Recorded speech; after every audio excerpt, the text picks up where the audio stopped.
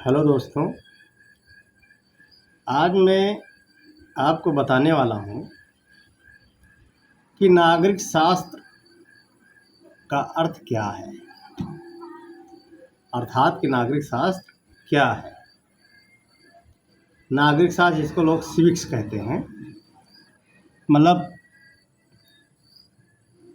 Civics नागरिक शास्त्र यानी कि सामाजिक विज्ञान की वह शाखा है। नागरिक शास्त्र सामाजिक विज्ञान की वह शाखा है जो नागरिकों को अधिकारों, कर्तव्यों और सरकार की कार्य प्रक्रिया की अध्ययन करती है। क्या करती है? सरकार के कार्य प्रक्रिया की अध्ययन करती है। इसके माध्यम से हमें यह समझने में मदद मिलती है कि क्या देश या समाज में रहकर व्यक्ति क्या अधिकार हैं और देश के प्रति उसकी क्या जिम्मेदारियां हैं।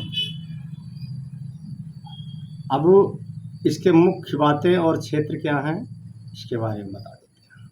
मैंने बताया ना, नागरिक शास्त्र सामाजिक विज्ञान की वह शाखा है जो नागरिकों के अधिकार,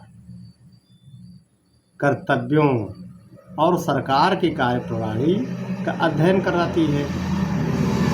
इसके माध्यम से हमें यह समझने में मदद मिलती है कि एक देश या समाज में रहकर व्यक्ति के क्या क्या अधिकार हैं और देश के प्रति उसकी क्या जिम्मेदारियां हैं।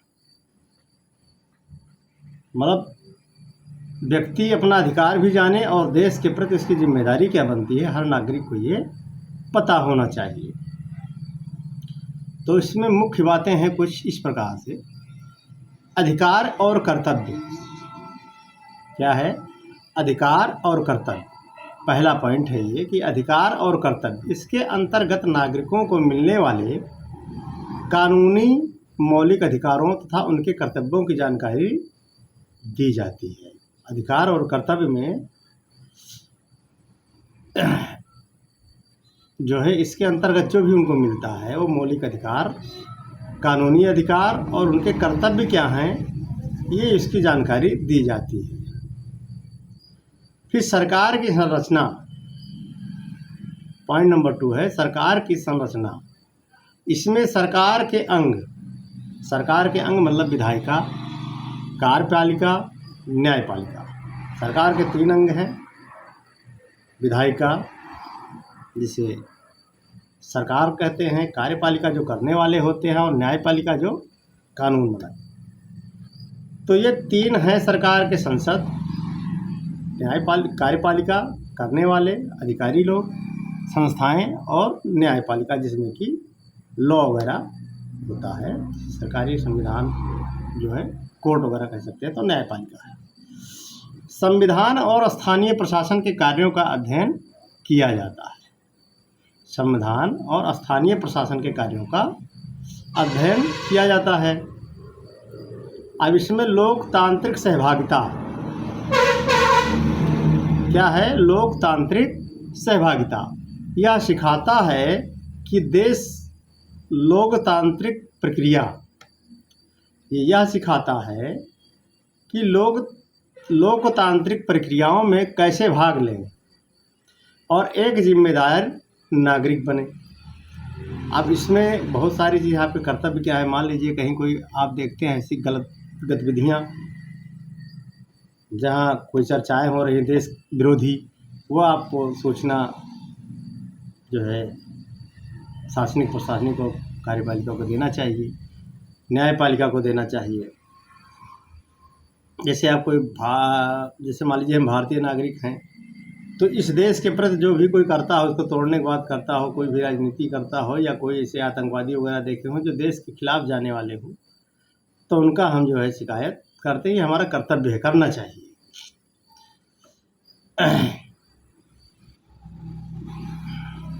और यदि आप नागरिक शास्त्र का परिभाषा को अच्छे और विस्तार से जानना चाहते हैं तो बने रहिए। अगले वीडियो में हम आपको विस्तार से नागरिक शास्त्र के बारे में बताएंगे, विशेष टॉपिक, जैसे कि नागरिक शास्त्र के किसी भी विशेष टॉपिक पे, जैसे मौलिक अधिकार, सरकार के अंग, के बारे में और अधिक बताएंगे हम आपको। इसके लिए आपको बने रहना होगा हमारे साथ। क्योंकि दूसरी बात है कि नागरिक की परिभाषा क्या है। नागरिक की परिभाषा क्या है। वीडियो थोड़ा लंबा हो सकता है, परंतु हम आपको बता रहे हैं कि नागरिक की परिभाषा क्या है। जानना चाहिए हर नागरिक। शायद सिविक्स पढ़ने वाले 11-12 के बच्चे हैं और जो आगे चल के BA और MA कर रहे हैं या PCS वगैरह की तैयारी कर रहे हैं, तो जनरल नॉलेज ज़्यादातर GS जिसको कहते हैं, नागरिक शास्त्र से ही आता है। तो आज हम आपको नागरिक शास्त्र के बारे में बता रहे हैं, क्योंकि 3 विषय इसमें मुख्य हैं, नागरिक शास्त्र और इतिहास, हिस्ट्री मतलब, और भूगोल, जियोग्राफी जो है। तो ये 3 सब्जेक्ट ऐसे हैं जो आप IAS PCS की तैयारी करते हैं तो आएंगे इसी क्वेश्चन। तो मेरे कहने का मतलब है कि हमने आपको क्या कहा कि नागरिक शास्त्र का अर्थ क्या है वो मैंने आपको बताया। अब नागरिक शास्त्र का जो है परिभाषा क्या है। तो नागरिक वह व्यक्ति है जो किसी देश या राज्य का कानूनी रूप से पूर्ण सदस्य होता है। क्या कहा मैंने कि वह व्यक्ति है जो किसी देश या राज्य का कानूनी रूप से पूर्ण सदस्य होता है। वह उस देश की सरकार के प्रति निष्ठा रखता है, देश के कानूनों का पालन करता है और इसके बदले में देश से मौलिक अधिकार, सुरक्षा तथा सुविधाएं प्राप्त करता है। अब इसमें सरकार के प्रति निष्ठा मतलब जो सरकार हमारी है वो यदि कुछ करती है तो उसके प्रति निष्ठा रखा जाता है कि हमारे लिए ही करेगी, अच्छा करेगी। और देश के कानून का पालन करता है, जो देश का हमारे संविधान है, कानून है, उसका पालन करता है। अब इसके बदले में सरकार देश आपको क्या देता है, मौलिक अधिकार, सुरक्षा तथा सुविधाएं प्राप्त कराता है। आपके अधिकार क्या है, फंडामेंटल राइट्स क्या है। आपके अधिकार अपने हक को मांगना, जानना या यहाँ पे जो भी है सुविधाएं, वो एक नागरिक को जो मिलती है आपको मिलना चाहिए। अब नागरिक के मुख्य लक्षण, कानूनी सदस्यता। कानूनी सदस्यता व्यक्ति जन्म या पंजीकरण, प्राकृतिकरण द्वारा देश का सदस्य बनता है। किससे बनता है? कानूनी सदस्यता मतलब क्या है, जिसे हम नागरिकता कह सकते हैं। व्यक्ति जन्म या पंजीकरण, प्राकृतिकरण द्वारा देश का सदस्य बनता है। जिसमें वंशज की रिपोर्ट लगती है, कुटुंब, परिवार नकल रजिस्टर में, जैसे कुटुंब आपके कितने दादा पीढ़ी परदादा रह रहे हैं। क्योंकि अब इस समय सारी चीज़ें आधार से हो रही हैं, लेकिन आधार को हमारे देश का नागरिकता नहीं माना गया है। तो आपका जन्म प्रमाण पत्र और कुटुंब रजिस्टर्स मतलब आप कितनी पीढ़ियाँ यहाँ से रह रही हैं। फिर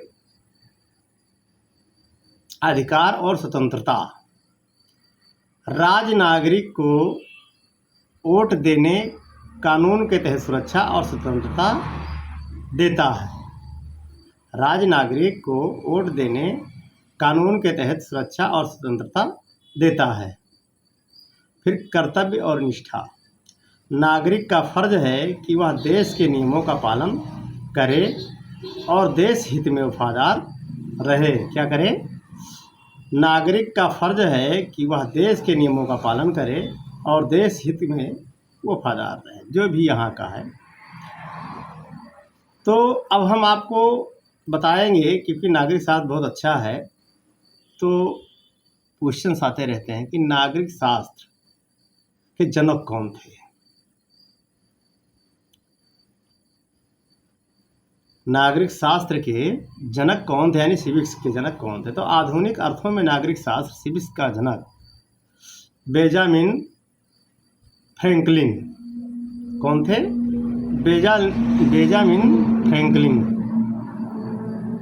बेंजामिन फ्रैंकलिन को माना जाता है वह अमेरिका के संस्थापक पिताओं में से एक थे।